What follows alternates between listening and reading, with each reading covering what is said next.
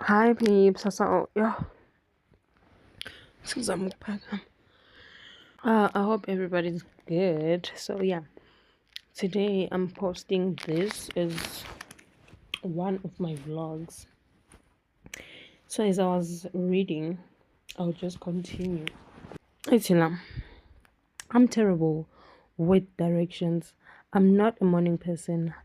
I'm bad at remembering people's names. I'm always late. I'm not good with technology. I'm horrible at math. And 1,000 other variations. When you have repeated a story to yourself for years, it is easy to slide into those mental grooves and accept them as a fact. In time, you begin to resist certain actions because that's not who I am. There is internal pressure to maintain your self image and behave in a way that is consistent with your beliefs. You find whatever way you can to avoid contradicting yourself. Ne? The more deeply a thought or action is tied to your identity, the more difficult it is to change. It can feel comfortable to believe what your culture believes or to do what upholds your self image, personal identity, even if it's wrong. The biggest barrier to positive change at any level, individual, team, society is identity conflict. Good habits can make rational sense, but if they conflict with your identity, you will fail to put them into action. Perfect. For example, we all know that sex before marriage is a sin. We knew, really, even if we did it, or even if some of you are still doing it, we know, you know, Uguti, it's a sin. We've been taught that since we were growing. If you're a Christian, you know that it's wrong, right?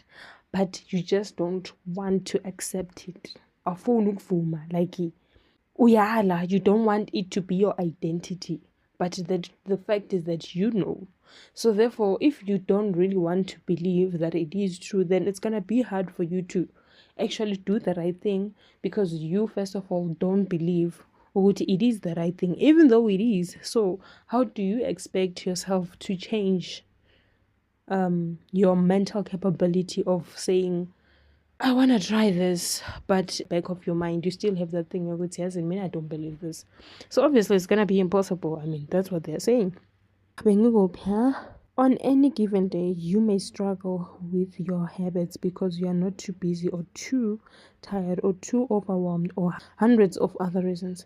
Over the long run, however, the real reason you fail to stick with the habits is that your self image gets in the way.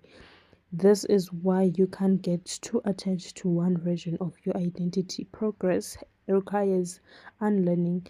Becoming the best version of yourself requires you to continuously edit your beliefs and to upgrade and expand your identity. Exactly. You can't, if you're a person who's got ego and pride, definitely you can learn in life. There's nothing that you can learn. Therefore, that's why you need to be humble. You learn, you understand, you expand your identity, you teach yourself to change the way you believe these certain things to the way things are in a right way, though, in order to learn and understand some of the other things. You need to let go of your pride, you need to let go of your ego. Humble yourself, listen, try to understand that thing and try to implement it in your life and see where you stand with it. Don't just decide, oh, nah, I can't do this, nah, I don't believe this. Really, that mentality, then you're not going anywhere when it comes to you improving to be a better person, you know. Okay.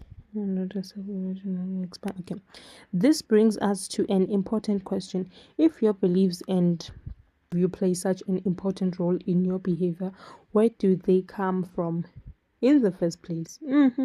How exactly? A nice question.